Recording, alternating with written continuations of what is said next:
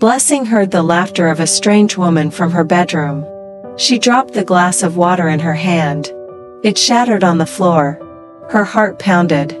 Slowly, she walked to the bedroom door and opened it slightly. There he was, her husband, great, shirtless, laughing with a woman sitting on their bed, her red lipstick bright like sin. Blessing shut the door quietly. She didn't scream. She didn't cry. She just walked back to the sitting room and knelt beside their family photo on the shelf. She whispered, "God, how long will this last?" They had been married for 8 years. 8 years of love, laughter, and heartbreak. Great had once adored her. He used to hold her hand while crossing the street, even when no cars were coming. But everything changed after the third miscarriage. Every pregnancy had ended in the third month. The doctors called it unexplained loss. Blessing called it sorrow. Now, Great called her names. He called her a childless witch. He mocked her prayers. He blamed her for everything. And the worst part, he no longer hid his cheating. Sometimes he brought women home. Women who walked past her in the kitchen like she didn't exist. Blessing didn't fight them. She didn't shout. She cried in her pillow and taught Sunday school every weekend. The children at church loved her.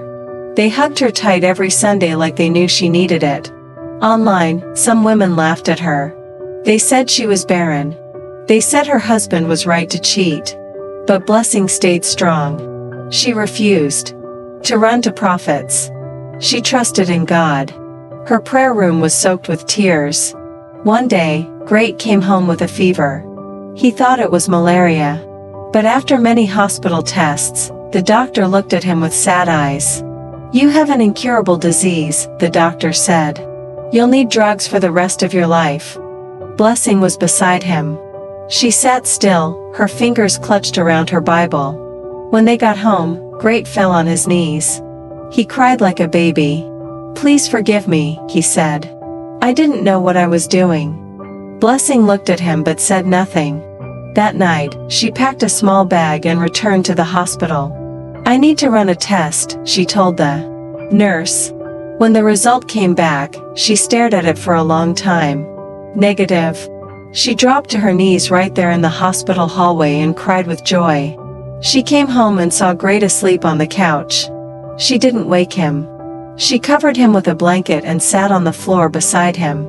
In the morning, she said softly, "I forgive you." From that day, Great changed. He stopped cheating.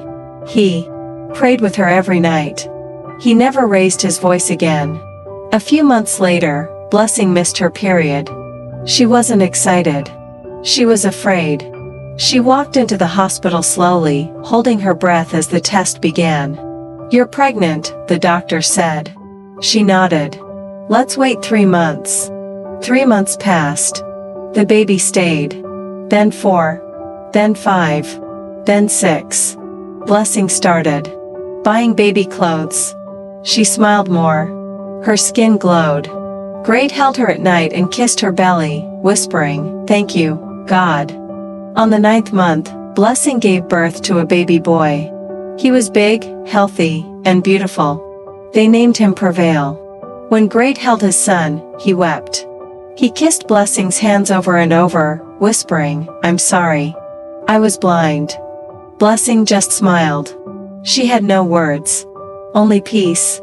And in that moment, the pain of all those years melted away.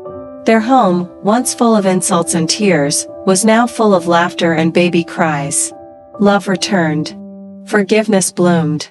And little Prevail became the joy that lit up their world. She had waited. She had wept. But in the end, she won.